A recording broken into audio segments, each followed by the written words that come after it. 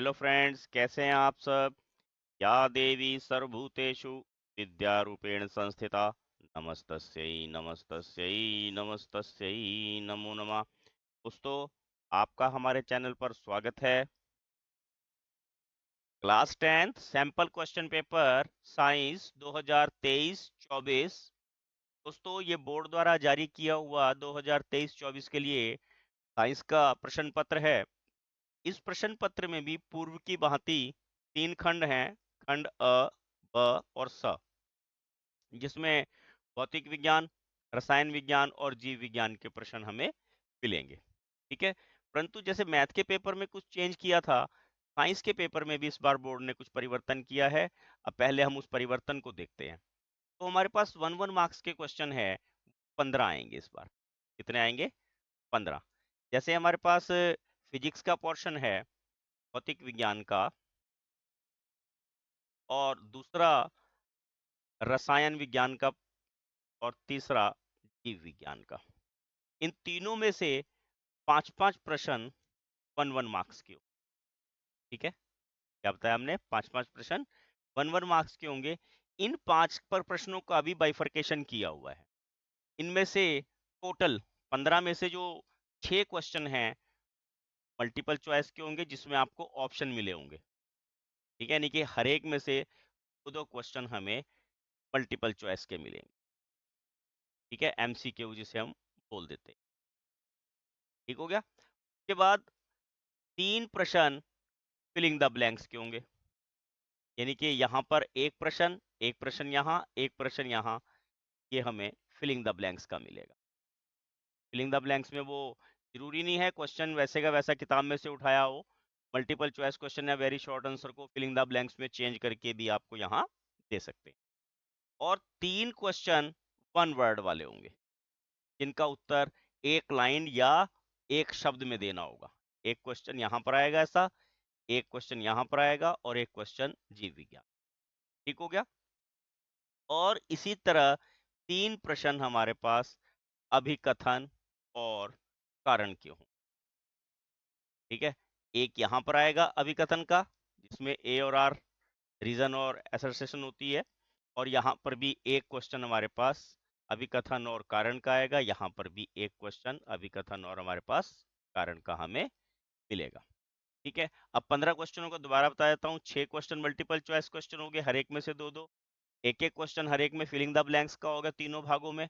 एक एक question 1 word वाला हो गया, और एक एक क्वेश्चन सब में अभिकथन और कारण वाला हो जाए। ये तो रहे 15 क्वेश्चन जो मल्टीपल चॉइस के, जो सॉरी 1-1 मार्क्स के हैं। ये 1 into 15, 15 मार्क्स यहाँ कंप्लीट हो जाएंगे। ठीक है, उसके बाद यहाँ पर हमें, उसके बाद हमारे पास 2 मार्क्स के 6 क्वेश्चन होंगे, यानी कि 12 नंबर के हमारे पास 2 नंबर के क्वेश्चन है। अब 6 क्वेश्चन है तो 2 क्वेश्चन हर एक पार्ट में। फिजिक्स में 2, केमिस्ट्री में 2, और बायो में 2। सब में 2-2 क्वेश्चन 2-2 नंबर के होंगे। ठीक है, क्वेश्चन 2 नंबर के कितने नंबर हो गए यहाँ पे? 4 नंबर फिजिक्स में, 4 केमिस्ट्री में, 4 बायो में, 12 नंबर हो गए। तो ये 12 नंबर हमारे यहाँ 2-2 नंबर के क्वेश्चनों में कंप्लीट हो जाएंगे। ठीक हो गया। उसके बाद आता है 3 नंबर के क्वेश्चन, हर एक में से 2-2 नंबर, 2-2 क्वेश्चन 3-3 नंबर के होंगे। कितने कितने नंबर के होंगे? 3-3 नंबर के। अब यहाँ देखो कितने हो गए, ये 6 18 नंबर की ये हो। और प्रत्येक में से एक एक क्वेश्चन 5 नंबर। ठीक है, हर एक में से एक एक क्वेश्चन 5-5 नंबर का, 15 नंबर। ये टोटल इस प्रकार हमारे पास ये 60 नंबर का पेपर बने। ठीक है, आपको समझ में आ गया होगा। और जो 15 ये एक एक नंबर के बड़े प्रश्न हैं, इनमें सब में चॉइस मिलेगी, यानी कि 2 क्वेश्चन होंगे, एक करना होगा। इनमें भी आपको 2 क्वेश्चन मिलेंगे, एक करना होगा। इनमें भी 2 क्वेश्चन मिलेंगे, एक करना होगा। ठीक है, समझ में आ गया होगा आपको। अब आता है क्वेश्चन, ब्लूप्रिंट क्या है। बोर्ड ने ब्लूप्रिंट किस प्रकार बनाया हुआ? बोर्ड ने 5 इसके यूनिट बनाए हुए हैं, फर्स्ट, सेकंड, थर्ड, फोर्थ और फिफ्थ। सबसे पहले हम फिफ्थ यूनिट की अगर बात कर लें, इसमें हमारे पास आएगा प्राकृतिक संसाधन। क्या है इसके अंदर? प्राकृतिक संसाधन। और का नाम है हमारा पर्यावरण। लेसन का नाम क्या है? हमारा पर्यावरण। ठीक है ना, यूनिट का नाम इन्होंने क्या रखा है? प्राकृतिक संसाधन। और लेसन का नाम क्या है? हमारा पर्यावरण। इसमें से केवल 2 मार्क्स का आना है। 5th यूनिट में से केवल कितने मार्क्स का बताया मैंने आपको? मार्क्स का। ठीक है। और जो फर्स्ट यूनिट है, इसका नाम लिखा हुआ है इन्होंने रासायनिक पदार्थ। ठीक है, क्या नाम है इसका? रासायनिक पदार्थ की प्रकृति और व्यवहार। इसमें लेसन कौन कौन से कवर होंगे? फर्स्ट लेसन केमिकल इक्वेशन वाला, ठीक है ना,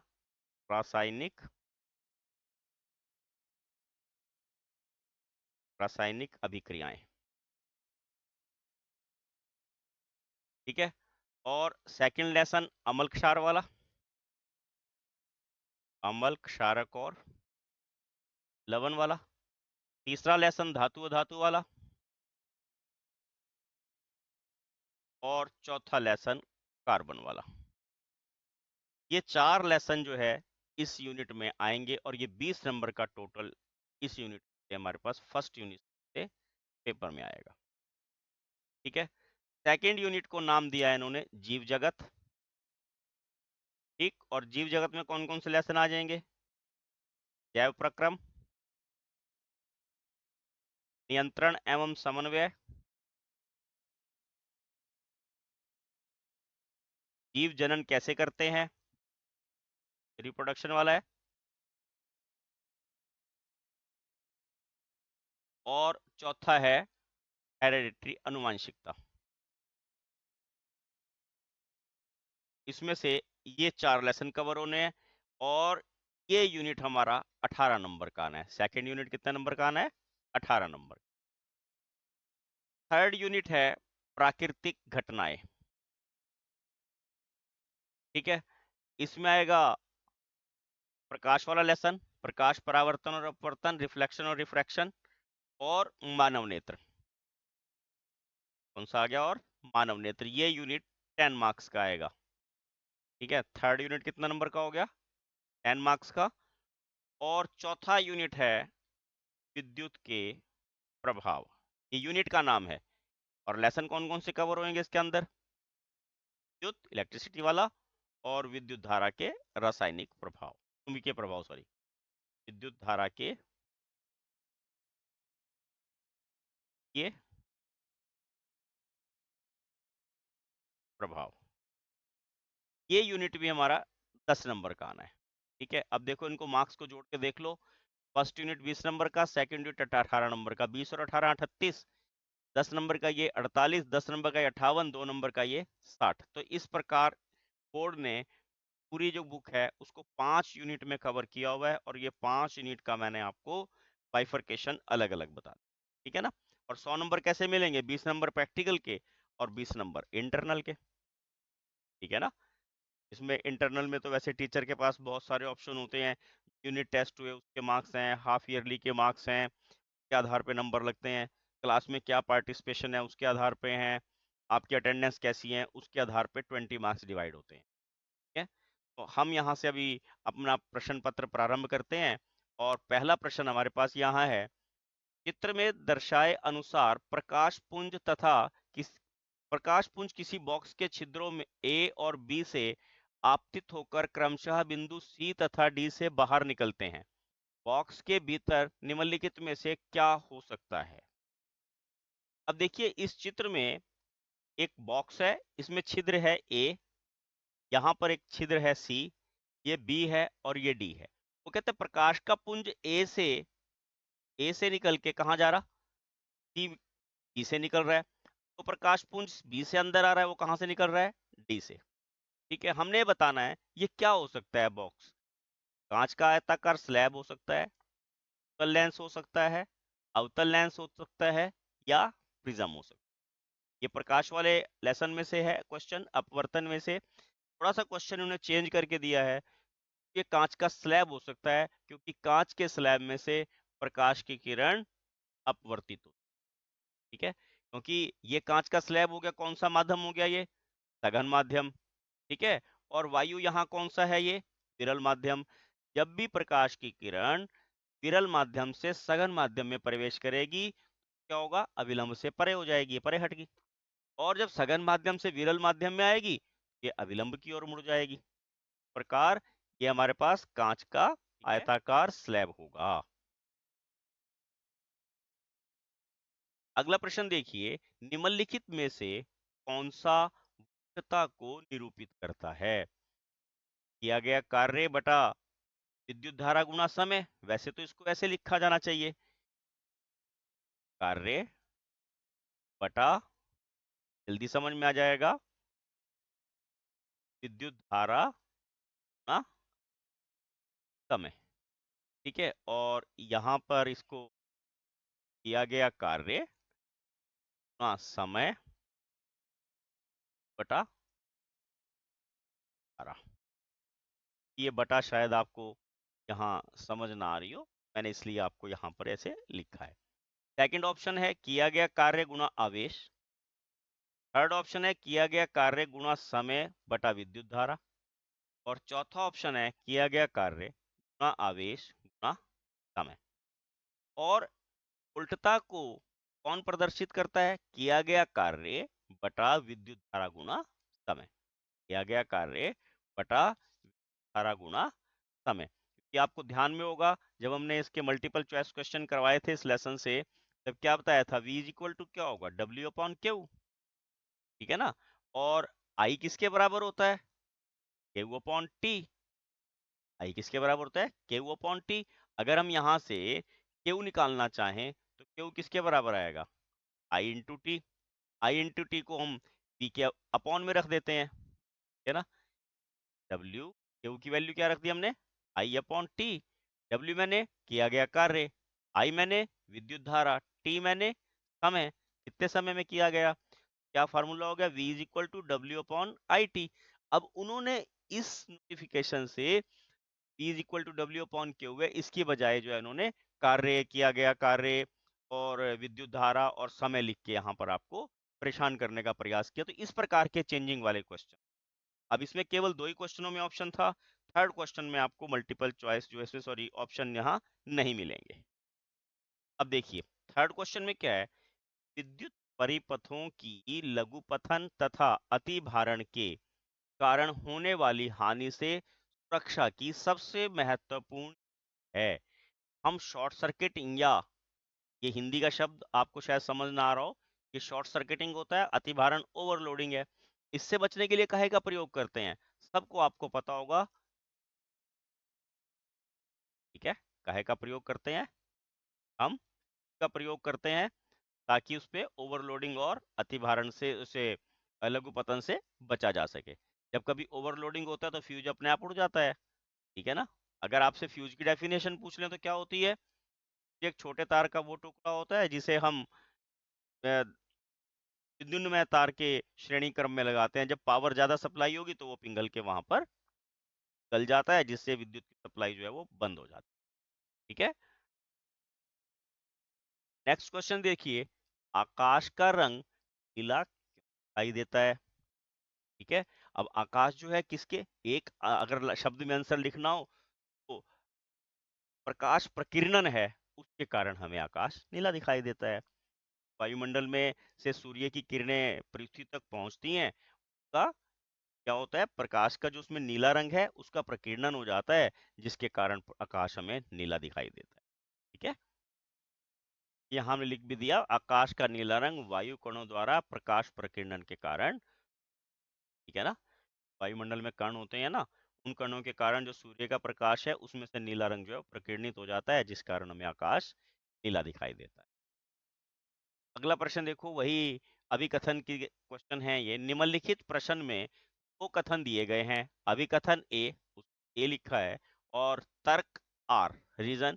प्रश्न के उत्तर नीचे दिए गए उपयुक्त विकल्पों का चयन करते हुए दीजिए। अब अभिकथन क्या है? दीर्घ दृष्टि दोष आंख का निकट बिंदु 25 सेंटीमीटर से दूर। क्या बोला है ना? दीर्घ दृष्टि दोष में आंख का जो निकट बिंदु है 25 सेंटीमीटर से दूर होता है। अब ये बताना क्या ये बात सही है? ये बात तो ठीक है, दीर्घ दृष्टि दोष में क्या होता है? निकट बिंदु दूर हो जाता है। अब इसका रीजन क्या है? अवतल लेंस वाले चश्मे का उपयोग करके दीर्घ दृष्टि दोष को ठीक किया जा सकता है। अब यहाँ पर दोस्तों ये बात गलत होगी, क्योंकि दीर्घ दृष्टि दोष में हम उत्तल लेंस का प्रयोग करते हैं, उत्तल लेंस का। अब हमने देखना है कि हम ऑप्शन कौन सा ठीक करेंगे यहाँ पर। देखिए पहला ऑप्शन है ए और आर, यानी कि अभिकथन और तर्क दोनों सत्य हैं और आर जो है ए की सही व्याख्या करता है। ए और आर दोनों सत्य हैं, आर ए की सही व्याख्या नहीं करता। ए सत्य है परंतु आर असत्य है। और चौथा है ए असत्य है परंतु आर सत्य है।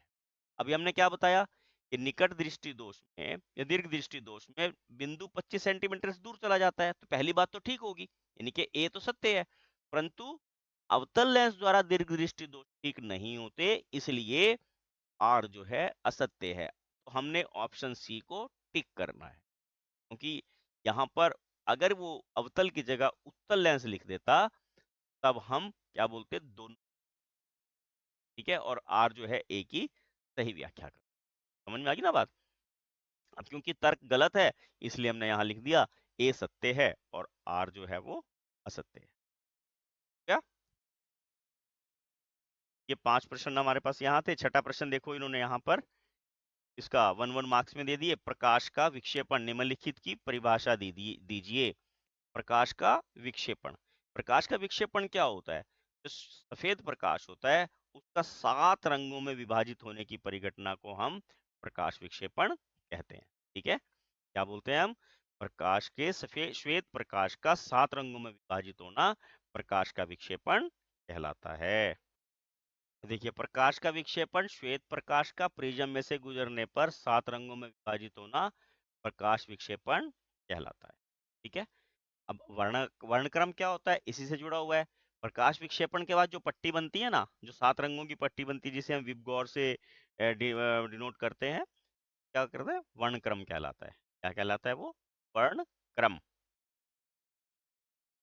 लिख भी दिया हमने यहाँ, प्रकाश विक्षेपण के बाद 7 रंगों की पट्टी प्राप्त होती है, वह वर्णक्रम कहलाती है। ये 2 नंबर का क्वेश्चन था, एक एक नंबर के 2 पार्ट थे उसके।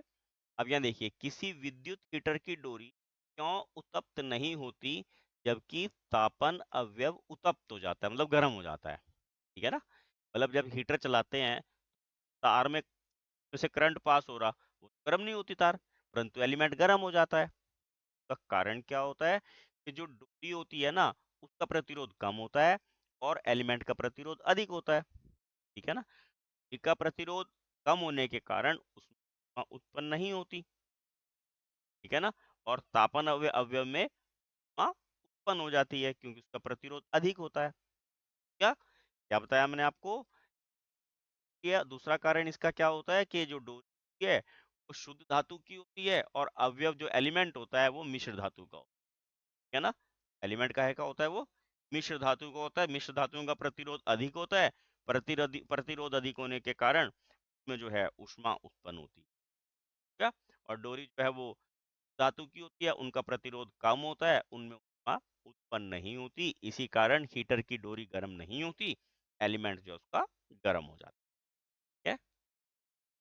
देखिए मैंने आंसर जो है बड़े क्वेश्चन के मुताबिक लिख दिया। 1 मार्क्स में तो केवल आपको नहीं, मैंने बोला वैसे लिख सकते हो।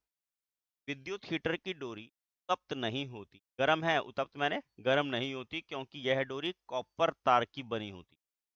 कॉपर का प्रतिरोध बहुत कम होता है, जबकि विद्युत हीटर का तापन अवयव एलिमेंट यानी के अधिक प्रतिरोध वाली मिश्र धातु का बना होता है। इसी कारण समान विद्युत धारा गुजरने पर विद्युत हीटर की डोरी उत्तप्त नहीं होती, जबकि तापन अवयव उत्तप्त हो जाता है। ये 1 मार्क्स का क्वेश्चन है। वैसे यहाँ पर मैंने आपको आंसर 2, 1 नंबर और 3 नंबर के हिसाब से डाला है, बता दिया। इसी का एक सेकंड पार्ट और दिया हुआ है, जैसे ब्रेड तथा विद्युत इस्त्री के चालक जो हैं वो धातु के स्थान पर मिश्र धातुओं के क्यों बनाए जाते है ना। इनके एलिमेंट होते हैं, तापन युक्तियां हैं, इनके जो चालक होते हैं, एलिमेंट होते हैं, तापन अवयव होते हैं, वो मिश्र धातु के क्यों बने होते हैं। यहाँ भी इसी से रिलेटेड क्वेश्चन है। उसका कारण क्या है? मिश्र धातुओं का प्रतिरोध अधिक होता है, प्रतिरोध अधिक होने के कारण वो जल्दी गर्म हो जाते हैं, है ना। और ज्यादा टेम्परेचर पर यानी कि उच्च ताप पर ये आसानी से ऑक्सीकृत नहीं होते। ठीक है, ये आसानी से ऑक्सीकृत नहीं होते, इसलिए इनके एलिमेंट जो हैं वो मिश्र धातु के बनाए जाते हैं। देखिए, विद्युत तापन युक्तियां जैसे ब्रेड पर विद्युत स्त्री के चालक शुद्ध धातु के स्थान पर मिश्र धातु के बनाए जाते हैं, क्योंकि मिश्र धातुओं की प्रतिरोधकता अधिक होती है और मिश्र धातुएं उच्च ताप पर आकर्षित नहीं होती। ठीक है, अब इस क्वेश्चन में इन्होंने आपको इंटरनल चॉइस दी है, एक साथ में न्यूमेरिकल दिया हुआ है। इसमें क्या लिखा है, यह दर्शाइए कि आप 6 ओम प्रतिरोध के 3 प्रतिरोध किस प्रकार संयोजित करेंगे कि संयोजन के से प्राप्त प्रतिरोध 9 और 4 ओम। तो हमारे पास अगर 3 प्रतिरोध हैं 6 ओम के, एक तरीका तो हमारे पास ये है कि हम तीनों को एक लाइन में जोड़, श्रेणी क्रम में जोड़, परंतु ऐसा जोड़ने पर क्या होगा, हमारे पास 6 6 12 और 6 18 ओम आएगा। हमें नहीं चाहिए, हमें तो 9 और 4 चाहिए। और दूसरा तरीका हमारे पास क्या हो सकता है, जो हमें सामान्य सा पता है, तीनों को हम पाशर्व क्रम में जोड़ देते। ठीक है, और तीनों को पाशर्व क्रम में जोड़ने पर आप देखिए, ये भी 6, ये भी 6, ये भी 6, यानी कि 1/6, 1/6 और 1/6, 6 एलसीएम आ जाएगा, 1 2 3, 3/6 काट के क्या आ जाएगा, 1/2, कुल प्रतिरोध क्या आ गया, 2। हमें ये भी नहीं चाहिए। ठीक है, और व्यवस्थाएं क्या हो सकती, एक प्रतिरोध हम लेकर वो प्रतिरोध हम पाशर्व क्रम में जोड़। ठीक है, कैसे जोड़ने हैं, पाशर्व क्रम, और एक प्रतिरोध श्रेणी क्रम में, ये 6 है, ये 6 है, ये 6 है। सबसे पहले हम इस वाले पाशर्व क्रम में जोड़े प्रतिरोध हैं, इनका कुल प्रतिरोध 1/RP कर देता हूँ, पैरेलल, है ना, 1/6, 1/6, 6 एलसीएम आ जाएगा, 1 + 1 यानी कि 2/6 काट के 1/3 आ जाएगा, और RP कितना आ जाएगा मेरे पास, 3 ओम। ठीक है, और एक प्रतिरोध मेरे पास 6 ओम का है, यहां पर मेरे पास प्रतिरोध कितना आ जाएगा, इस वाली व्यवस्था के अनुसार 6 + 3 = 9 ओम। ये हमारा 9 ओम वाला फर्स्ट पार्ट यहाँ कंप्लीट हो जाएगा। अब दूसरी व्यवस्था क्या हो सकती है,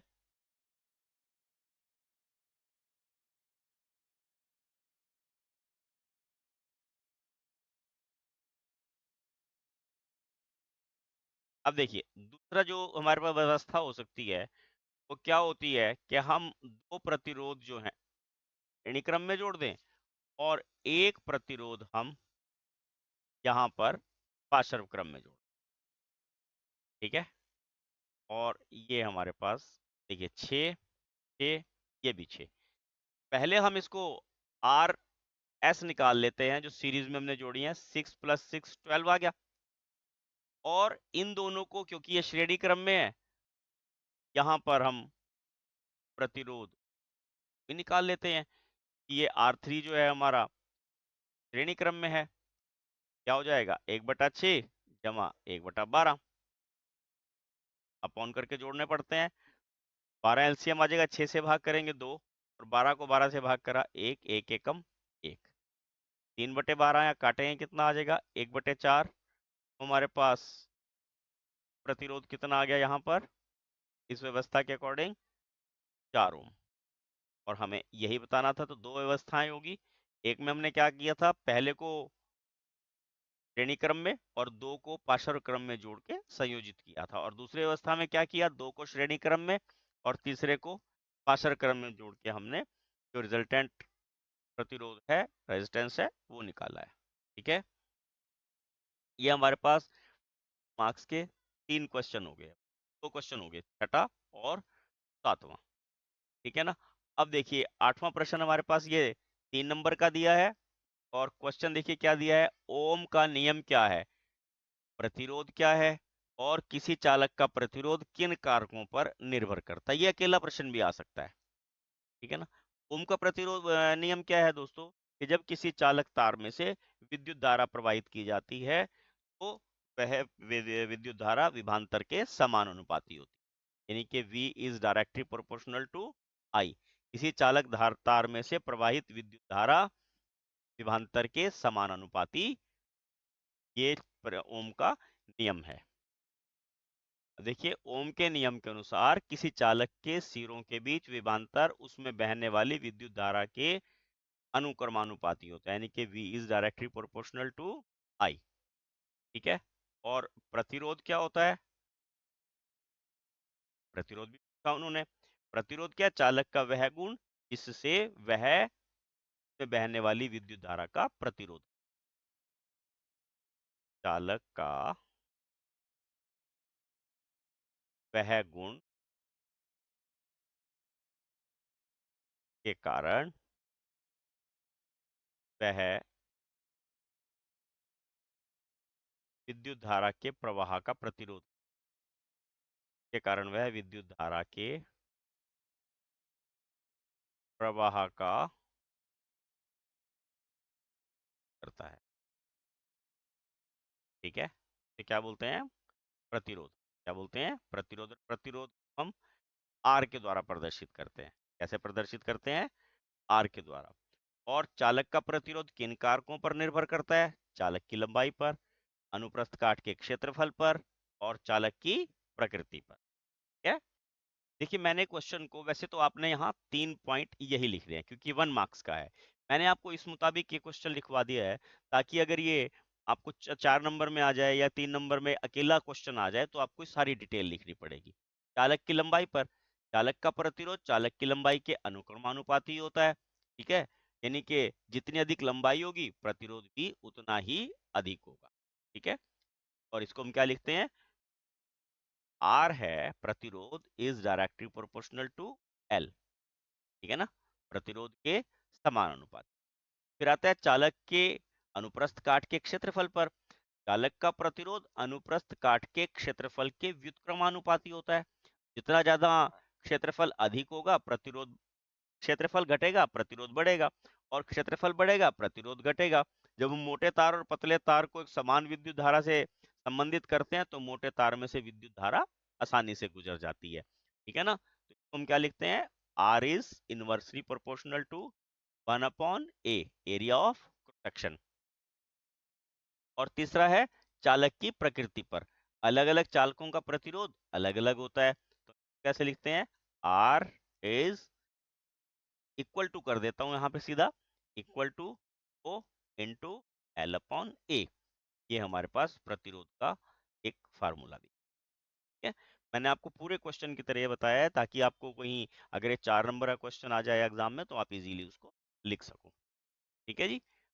अगला प्रश्न देखते हैं कि हमने आपको बताया था कि 3-3 नंबर के 2 प्रश्न आने हैं। और देखिए, किसी छड़ चुंबक के चारों ओर चुंबकीय क्षेत्र रेखाएं खींचिए। अब छड़ चुंबक के चारों ओर चुंबकीय क्षेत्र रेखाएं आपको ध्यान में होनी चाहिए। बिल्कुल सिंपल सा, आपने यहाँ पर इस बुक में आपके पास लगभग 4 चित्र हैं, ये क्षेत्र रेखाओं, आपने उनका ध्यान रखना।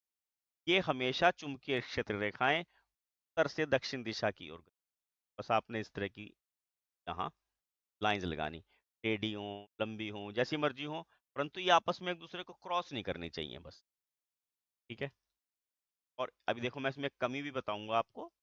अभी जो मैंने इसमें कमी छोड़ी है, इनमें एरो नहीं लगेगी तब तक ये हमारा क्वेश्चन गलत है। ठीक है। क्या बताया मैंने आपको? जब तक एरो नहीं लगाओगे तब तक क्वेश्चन है। और एरो किधर से लगानी है? नॉर्थ से साउथ की ओर, नॉर्थ से साउथ की ओर। ठीक है। नॉर्थ से साउथ की ओर। ये हमारे पास क्या हो गए? सीधे छड़ चुंबक है उसमें चुंबकीय क्षेत्र रेखाएं आ गई। अब इन्होंने कहा चुंबकीय क्षेत्र रेखाओं के गुण क्या होते हैं। देखो, एक तो ये बंद वक्र होती हैं। ठीक है। दूसरा, उत्तर से दक्षिण दिशा की ओर गति करती हैं। तीसरा, आपस में कभी एक दूसरे को काटती नहीं है। ठीक है ना? कभी भी आपस में एक दूसरे को काटती नहीं है। और चुंबक के ध्रुवों पे ये बहुत सघन होती है। यहाँ ध्रुव है ना, यहाँ बहुत सघन होती है, और दूर जाके इनके डिस्टेंस जो है वो बढ़ते जाएंगे। किनारों पर जो है उनके हैं वो अधिक होती है। ये हमारे पास यहाँ चुंबकीय क्षेत्र रेखाओं के, मैं इनको लिख भी देता हूँ। देखिए, चुंबकीय क्षेत्र रेखाओं के गुण। चुंबकीय क्षेत्र रेखाएं उत्तर ध्रुव से दक्षिणी ध्रुव की ओर जाती हैं। चुंबकीय क्षेत्र रेखाएं बंद वक्र होती हैं। चुंबकीय क्षेत्र रेखाएं एक दूसरे को कभी नहीं काटती और चुंबकीय क्षेत्र की शक्ति ये रेखाओं की दूरी पर निर्भर करती है। यहाँ पे जितनी ज्यादा दूरी होगी वहां पे चुंबकीय क्षेत्र कम हो जाएगा, है ना। और यहाँ पे लिख सकते हैं किनारों पे जो है वो पे चुंबकीय क्षेत्र रेखाएं जो है वो अधिक सघन होती। अब इसी का देखिए आंतरिक विकल्प दिया हुआ है, इसमें एक और क्वेश्चन यहाँ पे दिया ऑप्शन में, या तो अपने फर्स्ट पार्ट करना है या ये करना है। देखिए परिनालिका क्या है और किसी विद्युत धारावाहिक लंबी परिनालिका के भीतर चुंबकीय क्षेत्र कैसा होगा। ठीक है, क्या बताया इन्होंने। परिनालिका क्या है, परिनालिका क्या होती है कि तार की, तांबे की तार होती है या कोई भी और हो सकती है, वैसे तो अक्सर तांबे की लेते हैं। तांबे की तार होती है वो बेलनाकार आकृति में अनेक फेरों वाली कुंडली, हम क्या बोलते हैं, परिनालिका। क्या बोलते हैं उसको हम, परिनालिका। देखिए पास पास लिपटे हुए विद्युत रोधी तार की बेलन की आकृति की अनेक फेरों वाली कुंडली को परिनालिका कहते हैं। अब एक बार आकृति बनाते हैं उसकी। देखिए इस प्रकार आपने यहाँ पर परिनालिका की जो आकृति है वो बनानी है, और परिनालिका की आकृति के साथ ही आपने यहाँ पर ये रेखाएं शो करनी है। और ये ध्यान रखना है आपने, जहां पर ये आपने प्लस का साइन डाला, यहाँ पर माइनस का साइन डाला हुआ है, ये चुंबकीय क्षेत्र रेखाएं जिस तरफ प्लस का साइन होगा उस दिशा में गति करेंगे। देखिए इस दिशा में, ठीक है ना, और यहाँ से इस दिशा में, यहाँ से अंदर जा रही है, और ये एरो, अगर आप एरो नहीं लगाओगे तो आपको टीचर नंबर नहीं देंगे। ठीक है ना, तो क्या बताया हमने, परिनालिका के भीतर और उसके चारों ओर चुंबकीय क्षेत्र रेखाएं जो हैं वो समान होती हैं, और ये क्षेत्र एक समान होता है। ठीक है ना, क्योंकि कारण क्या होता है, क्योंकि इसके बीच में जो चुंबकीय क्षेत्र रेखाएं हैं वो समानांतर होती हैं। बीच की क्षेत्र रेखाएं क्या है, वो समानांतर होती हैं, इसलिए इसमें जो है चुंबकीय क्षेत्र सारी जगह सभी बिंदु पर एक समान होता है। ठीक हो गया। इसी का दूसरा भाग है दक्षिण हस्त अंगुष्ठ नियम क्या है। दक्षिण हस्त अंगुष्ठ नियम क्या होता है कि अगर हम अपने दाहिने हाथ का अंगूठा और उंगलियां इस प्रकार रखें कि अंगूठा चाल जो विद्युत धारा है उसकी दिशा को प्रदर्शित करता हो, ये क्षेत्र दिशा है वो चुंबकीय क्षेत्र को प्रदर्शित करती है। ठीक है, देखिए दक्षिण हस्त अंगुष्ठ नियम, यदि हम एक सीधे चालक तार को अपने दाहिने हाथ में इस प्रकार पकड़ें कि अंगूठा धारा की दिशा में हो या चालक के चारों ओर चुंबकीय रेखाओं को प्रदर्शित करती है। ठीक है, समझ में आ गया होगा आपको। अब देखिए अगर हमारी उंगलियां देखिए जिस दिशा में होंगी ये क्षेत्र उसी दिशा में हमारा गति करता नजर आएगा। ठीक है, इस प्रकार का आप चित्र किताब में से देख के भी इसको अच्छे से बना सकते हैं। ठीक है,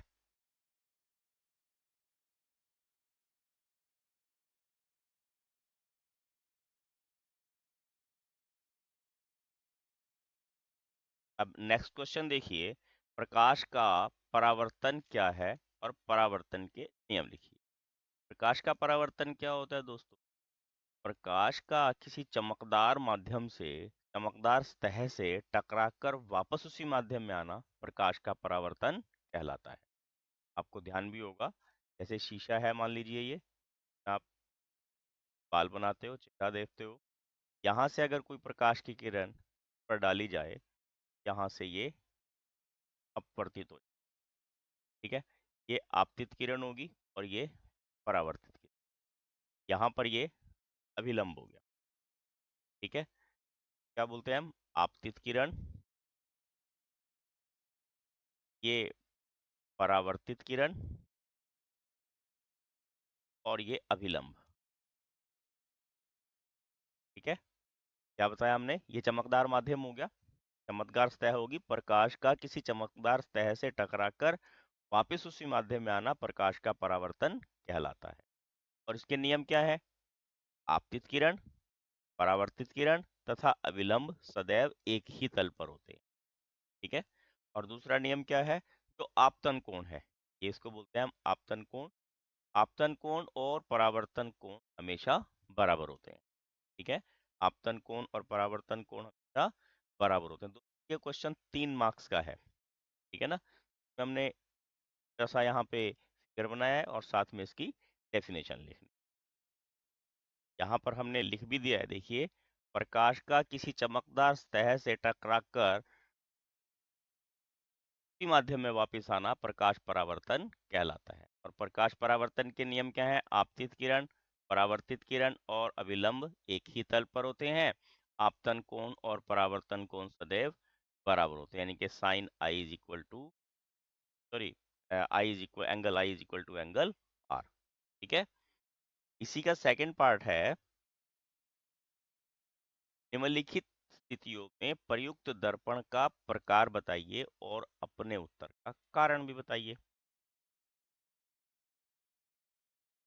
किसी कार का अग्रदीप, जो हेडलाइट होती है, काहे की बनी होती है? अवतल दर्पण की। काहे की बनी होती है वो? अवतल दर्पण की। अवतल दर्पण कैसा दर्पण होता है दोस्तों? इसमें से प्रकाश गुजरने के बाद फैल जाता है। इसमें से प्रकाश गुजरने के बाद फैल जाता है। हम अवतल दर्पण का क्यों लगाते हैं? ताकि वहां पर प्रकाश निकला है वो आगे फैल जाए और हमें विस्तृत क्षेत्र ज्यादा जो है वो जगह दिखाई दे। ये इसका कारण होता है। ठीक है, और किसी वाहन का जो पश्च दर्पण होता है, जो बैक मिरर होता है, वो तल दर्पण होता है। कैसा होता है वो? तल दर्पण। अब उत्तल दर्पण क्यों लिया जाता है यहाँ पर? क्योंकि इसके द्वारा प्रतिबिंब हमेशा सीधा बनता है। उत्तल दर्पण द्वारा प्रतिबिंब हमेशा आभासी और सीधा बनेगा। और दूसरा क्या है?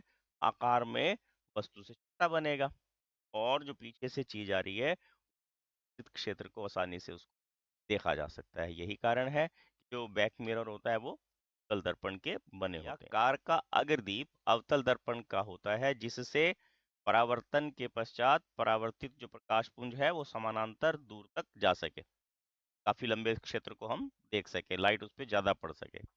और किसी वाहन का पाश्चर्य दर्पण उत्तल दर्पण होता है, क्योंकि उत्तल दर्पण द्वारा प्रतिबिंब छोटा और सीधा बनता है, साथ ही वह का जो है विस्तृत क्षेत्र दिखा सकता है। ठीक है, अगला प्रश्न देखते हैं।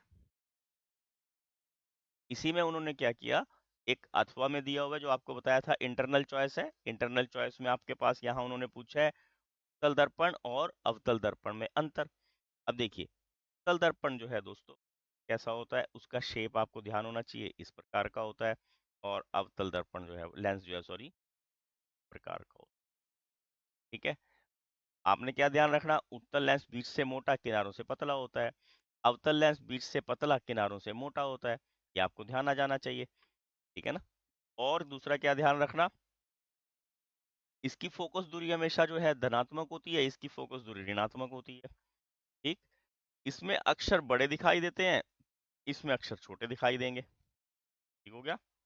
इसके द्वारा बने प्रतिबिंब हमेशा वास्तविक होते हैं, इसके द्वारा बने प्रतिबिंब आभासी होते हैं। ठीक है ना, ध्यान में आ गया होगा आपको। एक बार लिख भी देते हैं इनको। देखिए यहाँ हमने लिख भी दिया है, उत्तल लेंस यह बीच से मोटा, किनारों से पतला होता है। अवतल लेंस यह बीच से पतला, किनारों से मोटा होता है। इसमें अक्षर मोटे दिखाई देते हैं, इसमें अक्षर छोटे दिखाई देते हैं। इसकी फोकस दूरी धनात्मक होती है, इसकी ऋणात्मक होती है। उत्तल लेंस द्वारा बने प्रतिबिंब वास्तविक होते हैं, और यहाँ अवतल लिखना था, ऐसा एक रह गया। और अवतल लेंस द्वारा बने जो प्रतिबिंब हैं वो आभासी होते हैं। ठीक है, यहाँ पर थोड़ी सी ये अवतल लेंस लिखना था, ये गलती रह गई थी। ठीक है, और इसी में आपके पास सेकंड पार्ट इन्होंने पूछा है, लेंस का सूत्र क्या है। अब लेंस का सूत्र तो आपको सबको ध्यान होगा, 1/f equal to 1/v minus 1/u। अब f क्या है? f क्या है? लेंस की फोकस दूरी। ठीक है, और v क्या है? प्रतिबिंब की दूरी। क्या होता है? प्रतिबिंब की दूरी, तो आपको सबको अच्छे से भी पता होगा। और क्या होता है ना, लेंस से वस्तु की। और इसी में एक पार्ट इन्होंने और दिया हुआ है, ये छोटे छोटे 3 पार्ट दिए थे इसमें। पहला क्वेश्चन 3 नंबर का था, 1 नंबर का ये लेंस का है, और 1 नंबर का ये है किसी लेंस की एक डायोप्टर क्षमता की परिभाषा दीजिए। लेंस की एक डायोप्टर क्षमता का क्या मतलब होता है? एक डायोप्टर लेंस की क्षमता होती है जिसकी 1 मीटर, ठीक है ना। ऐसे भी लिख सकते हैं 8 मीटर बस वाले लेंस की क्षमता 1 डायोप्टर कहलाती है, ठीक है। यानी कि आपने क्या बोलना है, पावर ऑफ लेंस 1/f, ठीक है ना। अगर 1 मीटर हो तो 1 डायोप्टर होती है, और फाइंड आउट कैसे करते हैं, ये फोकस दूरी का हमेशा व्युत्क्रम होती है, ठीक है। अब इसका अगला खंड है ये खंड ब, इसमें रसायन विज्ञान के प्रश्न मिलेंगे हमें। इसमें भी आपके पास दो है मल्टीपल चॉइस क्वेश्चन होंगे, उसी तरह एक फिलिंग द ब्लैंक्स या वन वर्ड का होगा, एक डेफिनेशन होगी। देखते हैं, निम्नलिखित में से कौन सी गैस खाद्य पदार्थों में विकृत गंधिता को रोकते हैं, ठीक है ना। आपने क्या बताना है कि कौन सी गैस का उपयोग किया जाता है ताकि हम खाद्य पदार्थों को खराब होने से बचा सकते हैं, जैसे ऑक्सीजन, हाइड्रोजन, नाइट्रोजन या क्लोरीन। चिप्स के पैकेटों में कौन सी गैस भरी जाती है दोस्तों, नाइट्रोजन।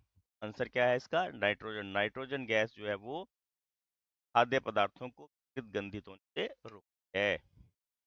और अगला प्रश्न है, NaHCO3 का प्रचलित नाम क्या है। यहाँ पर ये लिखा होना चाहिए था, इसका ये लिखा जाता है ऐसे NaHCO3, 3 छोटा होना चाहिए। का प्रचलित नाम क्या है, जिप्सम, विरंजक चूर्ण, बेकिंग सोडा या धावन सोडा। इसका जो प्रचलित नाम होता है दोस्तों वो बेकिंग सोडा। वैसे हम क्या बोलते हैं, सोडियम हाइड्रोजन कार्बोनेट। रासायनिक नाम क्या है इसका, सोडियम हाइड्रोजन कार्बोनेट या सोडियम बाइकार्बोनेट भी बोलते हैं। सोडियम हाइड्रोजन कार्बोनेट या सोडियम बाइकार्बोनेट, दोनों का बेकिंग सोडा जो है वो प्रचलित नाम है, ठीक है। और इसमें अगला प्रश्न है, डैश एक धातु है जो विद्युत की सुचालक है। ऐसी अधातु का नाम बताना है जो विद्युत की सुचालक है। आपको सबको ध्यान होगा, ऐसी क्या होती है, ग्रेफाइट। आपने ग्रेफाइट देखी भी होगी, इसका इलेक्ट्रोड के रूप में प्रयोग करते हैं। सेल के बीच में जो आपने एक छड़ के आकार की संरचना देखी होगी, ग्रेफाइट होती है। अब नेक्स्ट प्रश्न देखिए, सोडियम को केरोसिन में क्यों रखा जाता है। 1 नंबर का प्रश्न है तो हम एक ही नंबर के हिसाब से इसका उत्तर देंगे। सोडियम जो है बहुत अधिक अभिक्रियाशील धातु है। सोडियम अत्यधिक अभिक्रियाशील धातु है। अगर इसको हम वायु में देंगे तो ये ऑक्सीजन के साथ संपर्क करके जल जाती है। सोडियम अत्यधिक अभिक्रियाशील धातु है। जब इसे वायु में छोड़ते हैं, यह ऑक्सीकृत हो जाती है, ऐसे लिख देते हैं, ऑक्सीकृत हो जाती है, ठीक है। इसीलिए इसे मिट्टी के तेल में रखते हैं, इसीलिए इसे मिट्टी के तेल में रखा जाता है। बस आपसे टीचर ये जानना चाहता है कि इसको मिट्टी के तेल में क्यों रखते हैं, और उसका आंसर क्या बताया, ये बहुत अभिक्रियाशील धातु होती है और ये जल्दी से वायु के संपर्क में आ जाती है।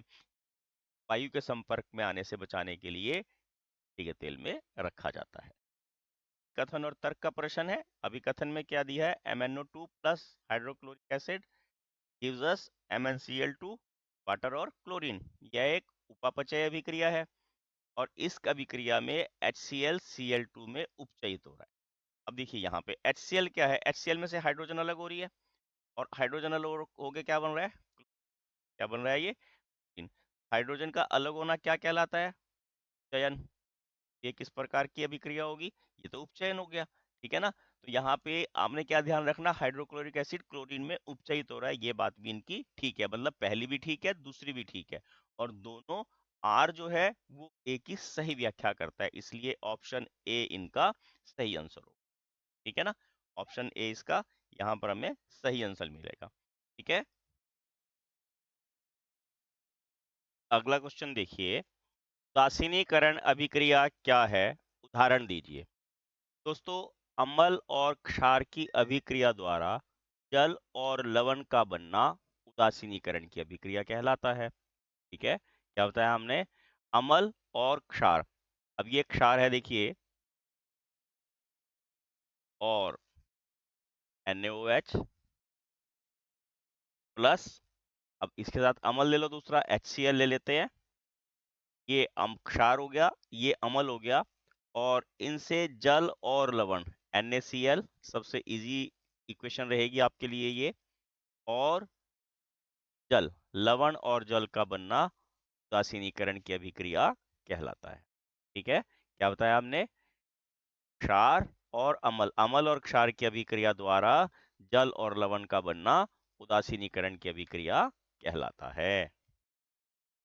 देखिए, यहां हमने अब लिख भी दिया, किसी अम्ल की क्षार के साथ क्रिया करके लवण व जल बनाने की क्रिया उदासीनीकरण की अभिक्रिया कहलाती है। यह अभिक्रिया अम्ल और क्षार के अम्लीय और क्षारीय व्यवहार को उदासीन कर देती है।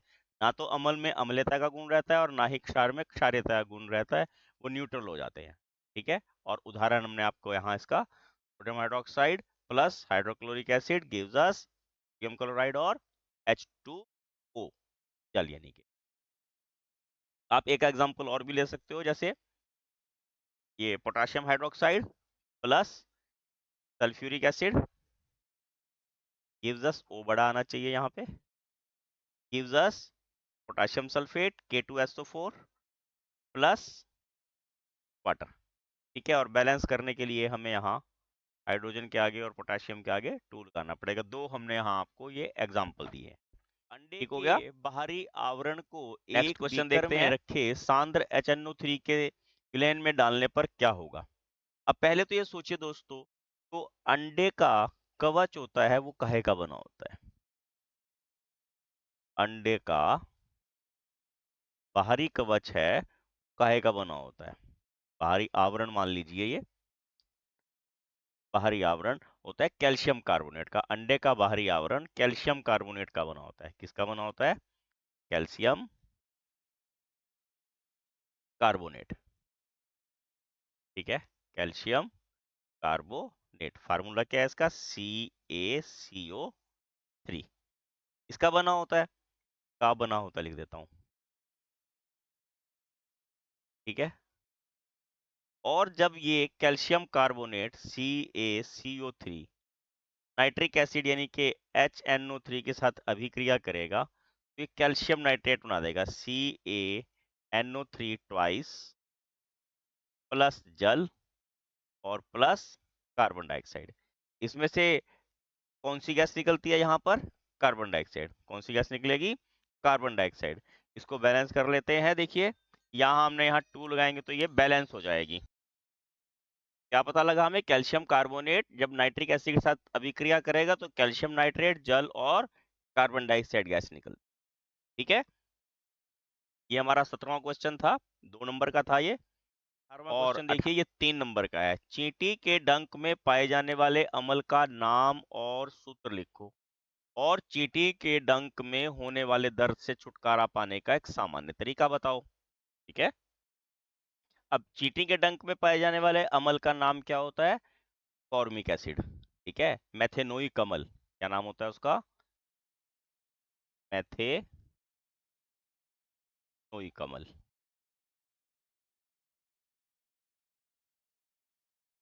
ठीक है, और उसका दूसरा नाम क्या है? फॉर्मिक अम्ल। ठीक है, मेथेनोइक अम्ल ये IUPAC नेम हो गया, और फॉर्मिक अम्ल उसका रासायनिक नाम। ठीक है, और रासायनिक सूत्र क्या हो गया उसका? HCOOH। बड़ा इंटरेस्टिंग है ये, IUPAC नेम में भी आपने सीखा होगा, जो कार्बोक्सिलिक एसिड होता है उसका पहला जो सदस्य है वो हमारे पास, क्योंकि मिथ से एक बनता है, एक कार्बन वाला मिथेनोइक जिसमें COOH लगा हुआ हो, और इसके डंक से छुटकारा पाने के लिए हम, तो ये देखिए, हमारे पास ये अम्ल है, इसमें हमें क्या चाहिएगा? Soda, NaHCO3। ये जो बेकिंग सोडा होता है, इसके उपयोग से उसके दर्द से छुटकारा मिल जाता है। ठीक है, आपको ये 3 नंबर का क्वेश्चन है, 1 नंबर इसका, 1 नंबर इसका, 1 नंबर इसका, ठीक है ना। तीनों सूत्र पूछे हैं इन्होंने। क्या पूछे? मेथेनोइक अम्ल में इसका नाम हो गया, और सूत्र है HCOOH, और छुटकारा पाने के लिए, दर्द से छुटकारा पाने के लिए बेकिंग सोडा यानी कि इसका हम करते हैं NaHCO3 का। हो गया। अब ये नेक्स्ट 3 नंबर का प्रश्न है, रासायनिक गुणों के आधार पर धातु और अधातु में अंतर लिखो। तो दोस्तों, धातु और धातु में अंतर में सबसे पहले आपने क्या लिखना है कि जो धातुएं होती हैं के ऑक्साइड क्षारीय प्रकृति के होते हैं, और अधातुओं के ऑक्साइड अम्लीय प्रकृति के होते हैं, ठीक है। धातुएं जो हैं वो विद्युत धनात्मक होती हैं, अधातुएं विद्युत ऋणात्मक होती हैं।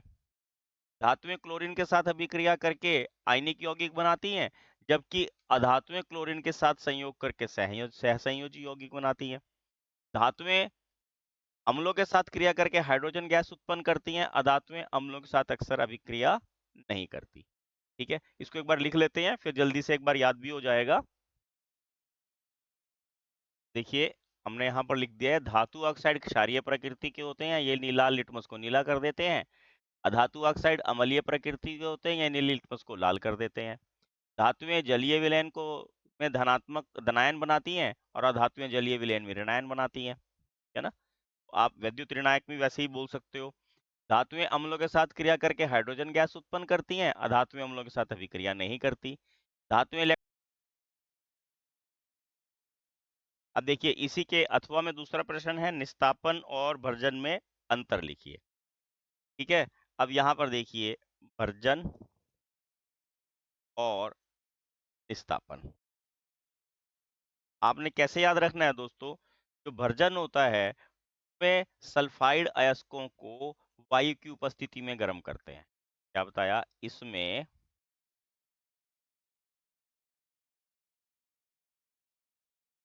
सल्फाइड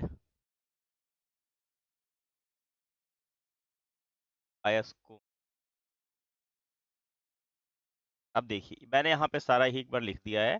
इसमें सल्फाइड अयस्कों को वायु की उपस्थिति में गर्म करते हैं, इसमें कार्बोनेट अयस्कों को वायु की अनुपस्थिति में गर्म करते हैं। इसमें सल्फर डाइऑक्साइड गैस निकलती है, इस अभिक्रिया में कार्बन डाइऑक्साइड निकलती है। इसमें सल्फाइड अयस्क ऑक्साइड में परिवर्तित हो जाते हैं, ठीक है, और इसमें कार्बोनेट जो धातु हैं वो धातु ऑक्साइडों में परिवर्तित हो जाते हैं, ठीक है ना। ये काहे में परिवर्तित होते हैं? ऑक्साइड में, ठीक है ना। सल्फाइड के ऑक्साइड में, और ये कार्बोनेट के ऑक्साइड्स में जो है कन्वर्ट हो जाते हैं, ठीक है। ये भर्जन और निस्तापन में यहाँ पर अंतर ये स्पष्ट हो गया होगा आपको, ठीक है। अगले में देखिए, हाइड्रोजनीकरण क्या है, इसका औद्योगिक अनुप्रयोग क्या है। हाइड्रोजनीकरण क्या होता है? वह अभिक्रिया जिसमें असंतृप्त यौगिक निकल और प्लेटिनोनियम की प्रेरक की उपस्थिति में हाइड्रोजन के साथ संयोग करके संतृप्त हाइड्रोकार्बन बनाते हैं, सभी क्रिया को हाइड्रोजनीकरण कहते हैं। इसका उपयोग कहाँ करते हैं? वनस्पति तेलों से घी बनाने में इसका उपयोग किया जाता है। देखिए, जिस अभिक्रिया में हाइड्रोजन असंतृप्त हाइड्रोकार्बन के साथ संयोग करके संतृप्त हाइड्रोकार्बन बनाती है, हाइड्रोजनीकरण कहलाती है। इस अभिक्रिया में निकल और प्लेटोनियम उत्प्रेरक के रूप में कार्य करते हैं। आपने अभिक्रिया कैसे लिखनी है? सी डबल बॉन्ड सी, और वो यहाँ पर आर रख जाएंगे, प्लस H2, और उत्प्रेरक है यहाँ निकल, और प्लेटोनियम भी बोल देते हैं इसको यहाँ, और गर्म करने पर क्या बन जाएगा? सी सिंगल बॉन्ड सी, ये आर, ये आर, और ये एक हाइड्रोजन इधर जुड़ जाएगी, एक हाइड्रोजन इधर जुड़ जाएगी। ये असंतृप्त हाइड्रोकार्बन से संतृप्त हाइड्रोकार्बन ये बन जाएगी। तो क्या बताया मैंने आपको? इसका वनस्पति तेलों से घी बनाने में इसका उपयोग किया जाता है। यहाँ लिख भी सकते हैं, इसका उपयोग इस अभिक्रिया का उपयोग वनस्पति तेलों से घी बनाने में किया जाता है। घी बनाने में किया जाता है। ठीक हो गया। नेक्स्ट क्वेश्चन देखते हैं। कार्बन के उन गुणों को स्पष्ट कीजिए जिनसे बड़ी संख्या में कार्बन यौगिक का निर्माण होता है। दोस्तों, दो गुण होते हैं, एक तो श्रृंखलन गुण और एक चतुस्संयोजकता। चतुस्संयोजकता क्या है? इसके बाह्यतम कोश में 4 इलेक्ट्रॉन होते हैं। ये किसी को भी आसानी से 4 इलेक्ट्रॉन दे देती है और किसी से भी 4 इलेक्ट्रॉन आसानी से ले सकती है। दोनों ही कामों में इसको बराबर एनर्जी लगती है, तो इसलिए इसके अधिक यौगिक हैं। और श्रृंखलन गुण, कार्बन जो है दूसरी कार्बन जो परमाणु होता है उसका जुड़ के लंबी श्रृंखला बना सकती है। इसके कारण ये सीधी श्रृंखला, शाखित श्रृंखला, बंद वलय, कई प्रकार की संरचना बना लेती है, जिसके कारण इसके जो है बहुत सारे यौगिक हैं। ठीक है, देखो लिख भी दिया, कार्बन यौगिकों की विशाल संख्या होने का कारण इसके दो गुणधर्म है, चतुस्संयोजकता और श्रृंखलन गुण। चतुस्संयोजकता का गुण, कार्बन की संयोजकता 4 होती है, इसमें 4 परमाणुओं को साथ बंधन बनाने की क्षमता रखते हैं, इसके कारण इसके बहुत सारे यौगिक हैं। कार्बन अन्य कार्बन यौगिकों के साथ श्रृंखला बनाने की क्षमता रखती है, यह गुण श्रृंखलन गुण कहलाता है। इसके कारण इसके यौगिक लंबी श्रृंखला बना सकते हैं। वो श्रृंखला वलयाकार भी हो सकती है, शाखान्वित भी हो सकती है। ठीक है, इसी में दोस्तों इंटरनल चॉइस है क्वेश्चन में, और यहाँ पे बोला इन्होंने पेंटेन के कितने समअवयव बन सकते हैं। पेंटेन क्या होता है? 5 कार्बन वाला हाइड्रोकार्बन। तो पेंटेन में देखिए, अगर हम 5 कार्बन सिंगल रो में लगाएंगे तो हाइड्रोजन पूरे कीजिए, 12 हाइड्रोजन लगेंगे, 12 हाइड्रोजन लगेंगे, क्योंकि अल्केन फैमिली का सदस्य है और अल्केन फैमिली का सामान्य सूत्र क्या होता है? CnH2n+2, यानी कि कार्बन जितने हैं हाइड्रोजन की संख्या उनके दुगने से 2 अधिक होती है। ठीक है, तो ये क्या बन गया हमारे पास? N pentane. क्या बन गया यहाँ पर? N pentane. अब हमने क्या करना है दोस्तों, इसमें से एक कार्बन, 5वें नंबर की कार्बन यहां से हटा देनी है और उसको दूसरे नंबर की कार्बन पे लगा देना है। ठीक है, अब भी आपने इसके हाइड्रोजन उसी तरह पूरे करने हैं। ठीक है, देख पा रहे होंगे आप, यहाँ पे भी 3 हाइड्रोजन, एक हाइड्रोजन यहाँ। किसी भी हाइड्रोजन पर, कार्बन पर 4 बॉन्ड से फालतू बॉन्ड आप नहीं लगा सकते। ठीक है, ये क्या बन गया? वैसे तो आप इसको मिथाइल ब्यूटेन भी बोल सकते हैं, ठीक है ना? क्या बोल सकते हैं इसको आप? Methyl butane. और दूसरा नाम क्या हो सकता है इसका? आइसोपेंटेन। ठीक है ना, क्या नाम हो सकता है इसका? आइसोपेंटेन। आप आइसोपेंटेन याद रखो, वो ज्यादा इजी है और किताब में भी वही है, आइसोपेंटेन। ठीक है, अब हम चौथे नंबर की कार्बन है उसको ब्रेक करके तीसरे नंबर की कार्बन के ऊपर लगा देंगे। ठीक है, 1 2 3, पहले नीचे लगी हुई थी, अब ऊपर की तरफ लगा दिया। उसी तरह इसके हाइड्रोजन कंप्लीट किए। हाइड्रोजन तीनों में ही 12-12 रहेंगे, हाइड्रोजन की संख्या कम या ज्यादा नहीं होगी। ठीक है, ये क्या बन जाएगा हमारे पास? Neo pentane. क्या बन जाएगा ये? Neo pentane. ठीक है, ये हमने 3 आपको पेंटेन के समअवयव बताए हैं।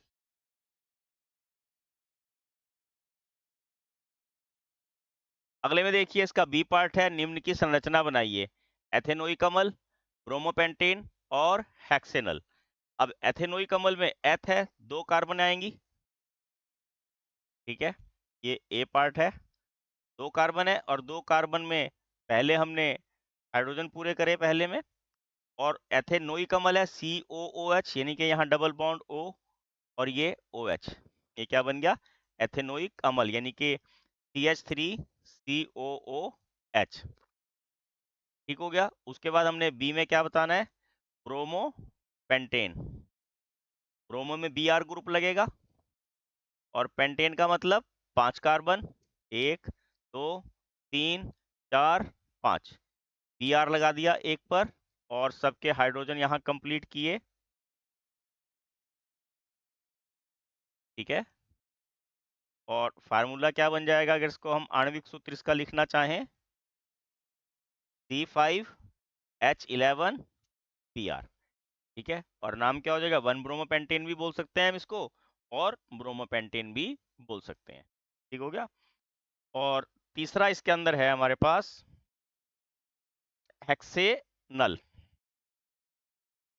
हेक्सेनल, अब नल है, अल ग्रुप है, तो क्या लगेगा यहाँ पे? CHO। ठीक है, हेक्स में कितने होते हैं?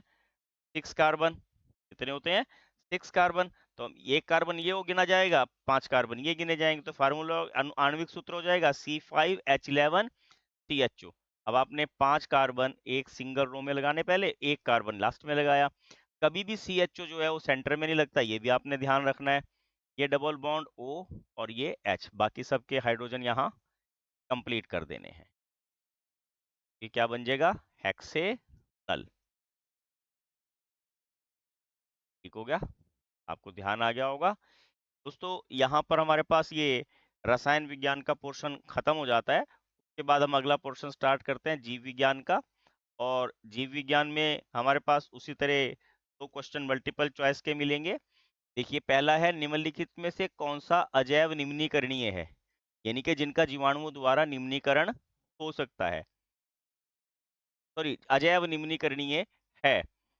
अब अजैव निम्नीकरणीय वो होता है जिसका जीवाणुओं द्वारा निम्नीकरण नहीं हो सकता। मैंने जैव निम्नीकरणीय बता दिया था, कांच, घास, कागज या इनमें से कोई नहीं। अब घास तो सड़ सकती है, कागज भी सड़ सकता है, परंतु कांच नहीं सड़ सकता, ये जीवाणुओं द्वारा इसके निम्नीकरण नहीं हो सकता। तो इसका सही आंसर हो गया ऑप्शन ए। और अगला प्रश्न है, निम्न में से किसमें पुनरुद्भवन से जनन हो सकता है? हाइड्रा, प्लेनेरिया, उपरोक्त दोनों में या इनमें से कोई? दोस्तों, पुनरुद्भवन क्या होता है? जिसमें शरीर के किसी भी भाग से नया जीव उत्पन्न हो सकता है। तो हाइड्रा और प्लेनेरिया दोनों में हो सकता है, इसका मतलब ऑप्शन सी इसका सही आंसर है। ठीक हो गया? देखो, जैसा कि मैंने बताया था, 2 में मल्टीपल चॉइस क्वेश्चन थे, ऑप्शन थे, अब थर्ड में फिलिंग द ब्लैंक्स दे दिया। ओजोन के अणु डैश के 3 परमाणुओं से मिलकर बने होते हैं। किसके भला? ऑक्सीजन के। इसके 3 परमाणुओं से मिलकर बनते हैं ये? ऑक्सीजन के। यानी कि ऑक्सीजन के अगर 3 परमाणु मिलेंगे तब ये ओजोन के परमाणु बनते। ठीक है, ये अल्ट्रावायलेट रेज की प्रेजेंस में होता है ऐसा। समझ में आ गया होगा आपको। नेक्स्ट देखिए, मानव के रक्त में शर्करा का स्तर का नियमन कौन सा हार्मोन करता है? पर होती है उसको कौन कंट्रोल करता है? इंसुलिन। कौन कंट्रोल करता है? इंसुलिन। इंसुलिन रक्त में शर्करा की मात्रा को कम करता है। ठीक है, अगर इंसुलिन नहीं होगा तो शुगर बढ़ जाती है। समझ में आ गया होगा आपको। अब यहाँ नेक्स्ट क्वेश्चन देखिए, या फिर अभिकथन और तर्क का क्वेश्चन है। निम्नलिखित में से 2 कथन, अभिकथन ए और तर्क आर, प्रश्न के नीचे दिए गए उपयुक्त विकल्पों का चयन करते हुए उत्तर दीजिए।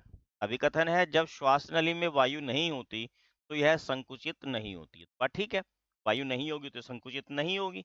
और तर्क क्या है? श्वास नली उपास्थि द्वारा समर्थित है। उपास्थियां क्या होती हैं? अस्थियों से अस्थियों को जोड़ने वाली जो संरचनाएं होती हैं उन्हें उपास्थि बोलते हैं, और श्वास नली उसके द्वारा समर्थित होती है। ठीक है, अब ऑप्शन देखिए, ए और आर दोनों सत्य हैं तथा आर ए की सही व्याख्या करता है। ए और आर दोनों सत्य हैं परंतु आर व्याख्या नहीं करता। ए सत्य है, आर असत्य है। ए असत्य है और आर सत्य है, परंतु यहाँ पर दोनों ही बातें सही हैं। ठीक है, दोनों बातें सही हैं और आर जो है ए की सही व्याख्या करता है, इसलिए ऑप्शन ए इसका सही आंसर होगा। ठीक है ना? नेक्स्ट क्वेश्चन देखिए, अनुमस्तिष्क तथा मैंडला प्रत्येक के 2 कार्य लिखो। अब अनुमस्तिष्क के क्या कार्य होते हैं? अनुमस्तिष्क। दोस्तों, अनुमस्तिष्क क्या काम करता है? शरीर की स्थिति और संतुलन को बनाए रखने में मदद करता है। शरीर की संतुलन व स्थिति को बनाए रखता है। एक काम तो ये है इसका, और दूसरा काम क्या है? दूसरा काम होता है जो मांसपेशियां होती हैं उनकी क्रियाओं को नियंत्रित कर। मांसपेशियों की क्रियाओं को नियंत्रित करना। क्रियाओं नियंत्रित करना, ये इसका दूसरा कार्य हो गया। इसी तरह मेंडुला क्या कार्य बताने हैं आपने? अब मेंडुला क्या होता है? मेंडुला जो है अनैच्छिक क्रियाओं को नियंत्रित करता है। ठीक है ना? जैसे पियाना, ठीक है, खांसना, छींकना, हिचकी आना, इनको नियंत्रित करता है। यह है अनैच्छिक क्रियाओं को। अनैच्छिक क्रियाएं कौन सी होती हैं? जिन पर हमारा नियंत्रण नहीं होता, जो हमारी मर्जी के अनुसार कार्य नहीं करती, यह अनैच्छिक क्रियाओं को नियंत्रित करता है। नियंत्रित करता है। अनैच्छिक क्रियाएं कौन सी होगी? टिकाना, छींकना, खांसना, ठीक है ना, हिचकी का आना, ये सब अनैच्छिक क्रियाएं होंगी। और दूसरा कार्य क्या हो सकता है इसका? जो मैंडला ऑब्लिगेटा होता है, ये पॉन्स के साथ मिलकर मस्तिष्क में स्तंभ बनाने का काम करते हैं ना। क्या काम करते हैं ये? पॉन्स के साथ मिलके मस्तिष्क में स्तंभ बनाने का काम करते हैं। आप इसको ऐसे ही अपने आप यहाँ लिख सकते हो, ठीक है। और नेक्स्ट प्रश्न है, गर्भ निरोधक युक्तियां बनाए अपनाने के क्या कारण हो सकते हैं? गर्भ निरोधक युक्तियां होती हैं, वो क्यों अपनाई जाती हैं? अवांछनीय गर्भ को रोकने के लिए, जन्म दर को नियंत्रित करने के लिए, ठीक है ना, और यौन संचारित रोग हैं उनसे छुटकारा पाने के लिए गर्भ निरोधक युक्त का प्रयोग किया जाता है, ठीक है। देखो लिख भी दिया, गर्भ निरोधक युक्तियां अपनाने के विभिन्न कारण हो सकते हैं। ये अवांछित गर्भ को रोकने में सहायता करती हैं, जो महिलाओं के अच्छे स्वास्थ्य को बनाए रखती हैं। ये जन्म दर को नियंत्रित करने में सहायक होती हैं। गर्भ निरोधक युक्तियां यौन संचारित रोगों से भी रक्षा करती हैं, ठीक है। ये मुख्य कारण इनके हो सकते हैं गर्भ निरोधक युक्तियां अपनाने। अगला प्रश्न देखते हैं, एक पुष्प का अनुदैर्ध्य काट का चित्र बनाइए। इसमें केवल हमने चित्र बनाना है और उसके भाग प्रदर्शित करने हैं। आपको यह ध्यान रखना है कि चित्र में केवल की बनावट अगर थोड़ी बहुत आपसे प्रॉपर नहीं भी बन पा रही और भाग लिखे हुए हैं, तब भी आपको अध्यापक नंबर दे देते हैं, ठीक है। देखिए हम चित्र बना लेते हैं। इस प्रकार का आपने यहाँ चित्र बनाना है। देखिए में ये परागकण यहाँ नजर आ रहे हैं। पहले नीचे से चलते हैं। देखिए ये बाह्य दल है, जो ग्रीन पार्ट होता है, ये पंखुड़ियाँ सभी को पता है, ठीक। और उसके बाद ये केसर है, और पुंकेसर के दो भाग हैं, ये पराग तंतु है और ये परागकोश है, परागकण पाए जाते हैं, ठीक है। और ये स्त्री केसर के तीन भाग दिखाए हैं, अंडाशय, वर्तिका और वर्तिकाग्र। ये ऊपर का हिस्सा वर्तिकाग्र होता है और परागकण यहीं पर आके टच होते हैं, जिससे ये नीचे अंडाशय में यहाँ से चले जाते हैं, ठीक है। ये टोटल भाग जो है ये बीजांड कहलाता है, जो इसके अंदर नजर आ रहा है, ठीक है, समझ में आ रहा होगा आपको। ये पादप का जो नर युग्मक है, यहाँ से इसमें अंदर की तरफ प्रवेश करता है, ठीक है। ये अनुप्रस्थ काट का जो चित्र हो गया, अनुदैर्ध्य काट का जो चित्र हो गया, आपको यही आपने पेपर में ये बनाना होता है। नेक्स्ट प्रश्न देखते हैं, मेंडल के प्रयोग द्वारा कैसे पता चलता है कि लक्षण प्रभावी हैं या अप्रभावी? तो वैसे प्रभावी लक्षण क्या होते हैं और अप्रभावी लक्षण क्या होते हैं?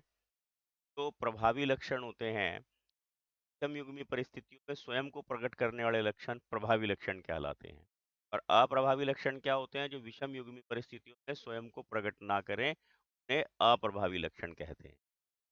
तो मेंडल ने अपने प्रयोगों के लिए मटर को चुना था और मटर को चुन के उन्होंने लंबे और बौने पौधों का संकरण कराया, और संकरण कराने पर जो उन्हें F1 पीढ़ी प्राप्त हुई, का पुनः संकरण कराया। जब पुनः संकरण कराया, तब उनको लंबे और कुछ बौने पौधे मिले, ठीक। जो लंबे और बौने पौधे मिले, उसमें जो विषम युग्मी परिस्थितियों में पौधे थे, उनमें भी लंबेपन का गुण था।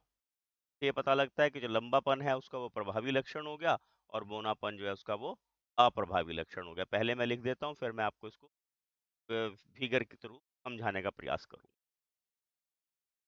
देखिए मेंडल ने अपने प्रयोगों के लिए मटर के पौधे को चुना था। उसने एक लंबा पौधा और एक बौना पौधा लेकर दोनों के बीच संकरण करवाया। संकरण से F1 पीढ़ी में केवल लंबे पौधे प्राप्त हुए, जिससे पता चलता है कि लंबेपन का लक्षण प्रभावी रहा और बौनेपन का लक्षण अप्रभावी रहा, ठीक है। के बाद F1 पीढ़ी के पौधों का स्वपरागण कराया, ठीक है। और उससे F2 पीढ़ी में लंबे और बौने पौधों का अनुपात 3:1 रहता है। अतः इस पीढ़ी में लंबेपन का लक्षण प्रभावी और बौनेपन का लक्षण अप्रभावी लक्षण रहा। अब उन्होंने किया कैसे था कि जो शुद्ध लंबे पौधे थे, मैं बड़े टी से प्रदर्शित करता हूँ, और जो बौने पौधे थे उनको छोटे टी से प्रदर्शित करता हूँ। ये लंबे पौधे हो गए और ये बौने पौधे। उन्होंने इनकी क्रॉसिंग कराई, जब इनकी क्रॉसिंग कराई तब इसमें से देखिए, अगर युग्म ये जाएगा, दोनों में से बड़ा ही आएगा, इधर दोनों छोटे हैं, दोनों में से छोटा ही आएगा।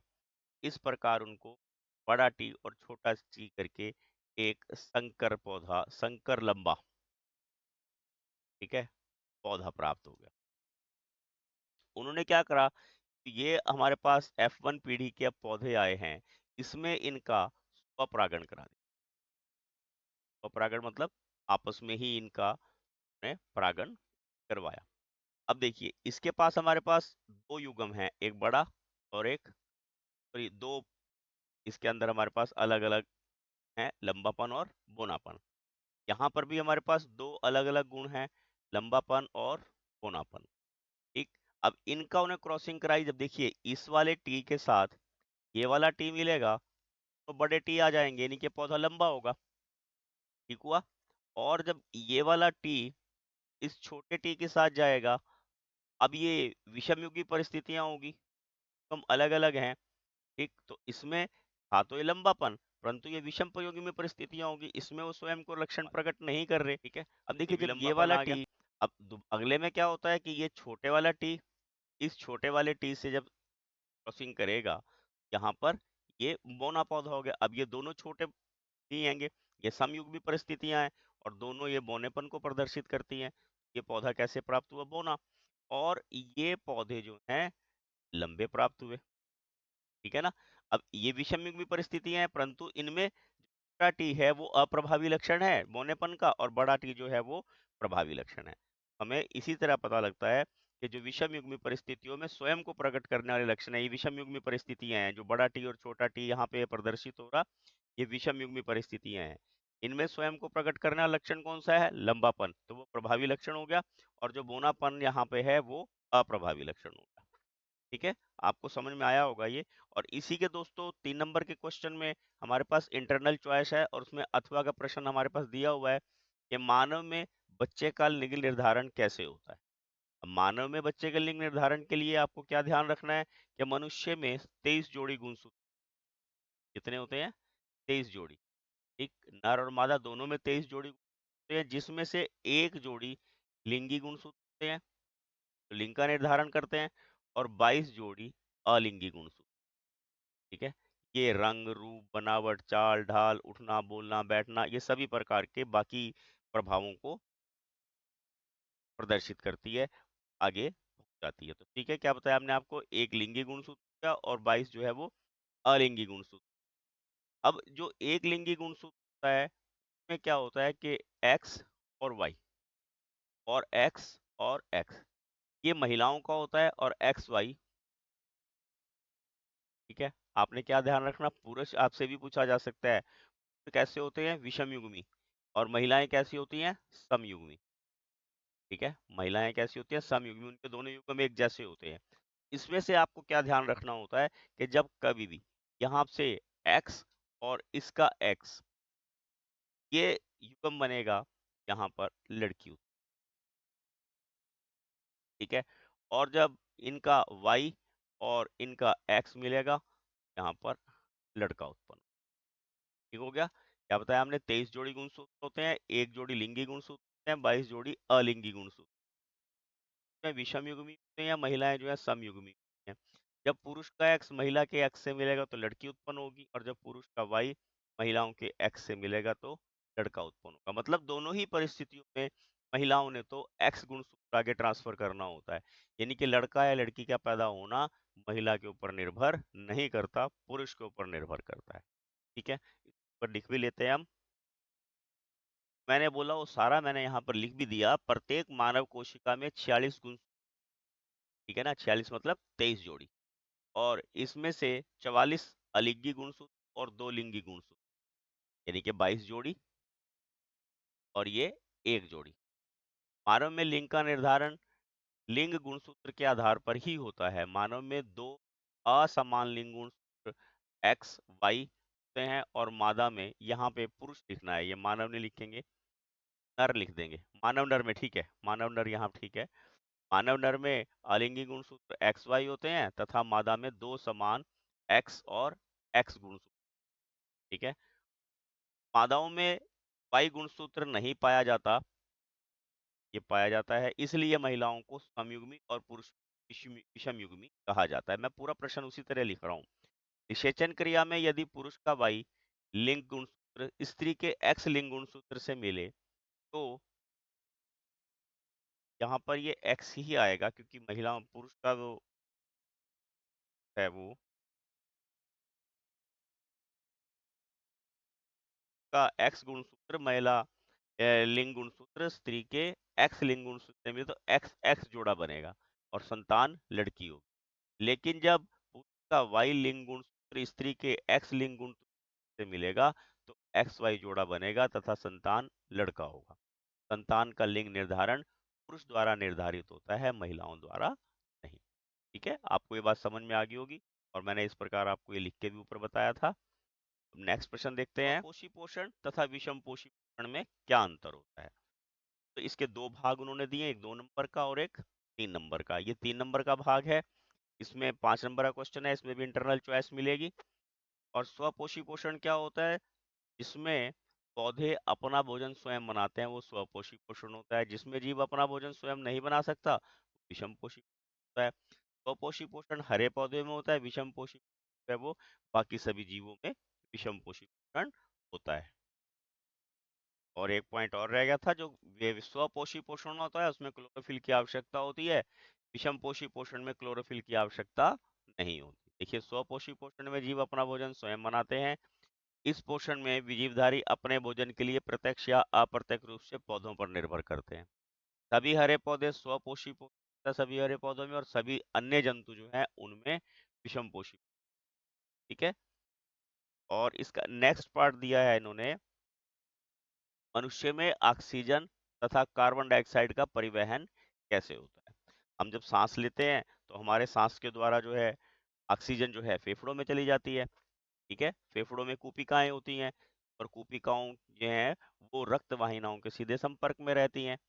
फेफड़ों में ऑक्सीजन रक्त से जो है विस्तृत होती है, रक्त से सारे में फैल जाती है, उसके में मिल जाता है। यह ऑक्सीजन ऊतकों में चली जाती है, ठीक है ना।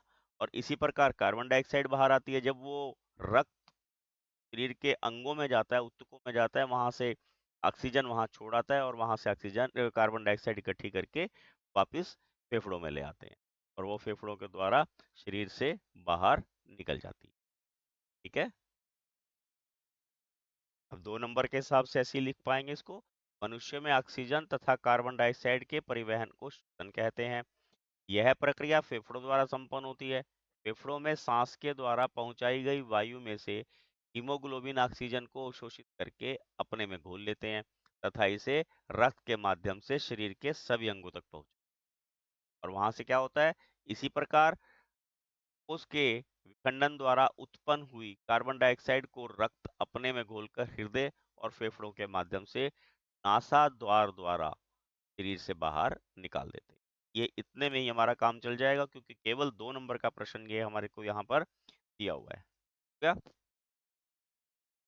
अगला देखते हैं, सर्जन तंत्र का नामांकित चित्र बनाइए। अब यहाँ पर ये प्रश्न भी 3 और 2 पार्ट में है, ये 3 नंबर का क्वेश्चन है और इसके साथ ही 2 नंबर का दूसरा एक क्वेश्चन और धमनी और शिराओं में अंतर भी दिया हुआ।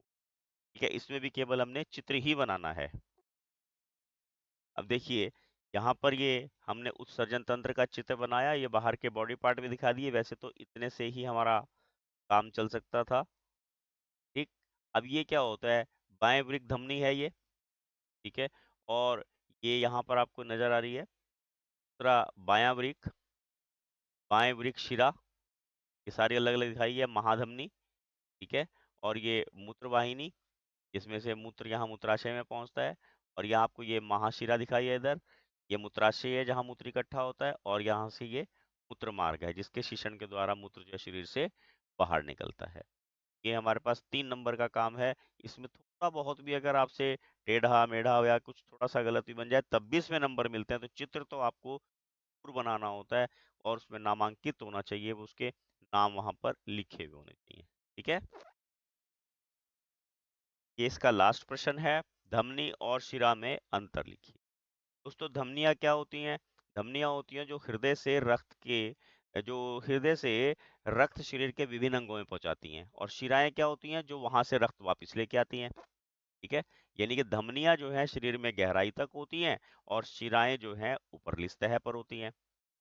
धमनियां हैं, उनकी दीवारें मोटी होती हैं क्योंकि उसमें ब्लड जो है धक्के से जाता है, लचीली होती हैं, परंतु शिराओं की दीवारें पतली और कमजोर होती हैं। और धमनियों में कपाट नहीं होते, क्यों? क्योंकि तो ऑक्सीजन लेके जा रही हैं। और शिराओं में कपाट होते हैं, बीच में वाल्व लगे होते हैं, यहाँ कपाट जो है वाल्व को बोलते हैं। और धमनियों में रक्त जो है वो झटके से बहता है, मैंने ये बताया धक्के से चलता है, इसलिए क्या होती हैं धमनियों की दीवारें और लचीली होती हैं। शिराओं में जो है रक्त एक सामान्य गति से बहता है, झटके से नहीं बहता, इसलिए उनकी दीवारें पतली और कमजोर होती। ठीक है, देखिए यहाँ लिख भी दिया हमने, ये धमनियां जो है ये गहराई में स्थित होती, ये शरीर की सतह पर होती है। इनकी दीवारें मोटी तथा लचीली होती हैं, इनकी दीवारें पतली व कमजोर होती हैं। ये हृदय से रक्त शरीर के विभिन्न भागों तक ले जाती हैं। शिराएं शरीर से विभिन्न भागों से रक्त को हृदय तक लेके आती हैं। इनमें कपाट नहीं होती, यानी कि वाल्व। ठीक है, इनमें वाल्व पाए जाते हैं। इनमें रक्त झटके से बहता है, इनमें रक्त सामान्य गति से बहता है। ठीक है, ये प्रश्न पत्र दोस्तों यहाँ कंप्लीट हो गया। ये 2 नंबर का क्वेश्चन था। आपने प्रश्न, please like share and subscribe my channel. Thank you, have a nice day.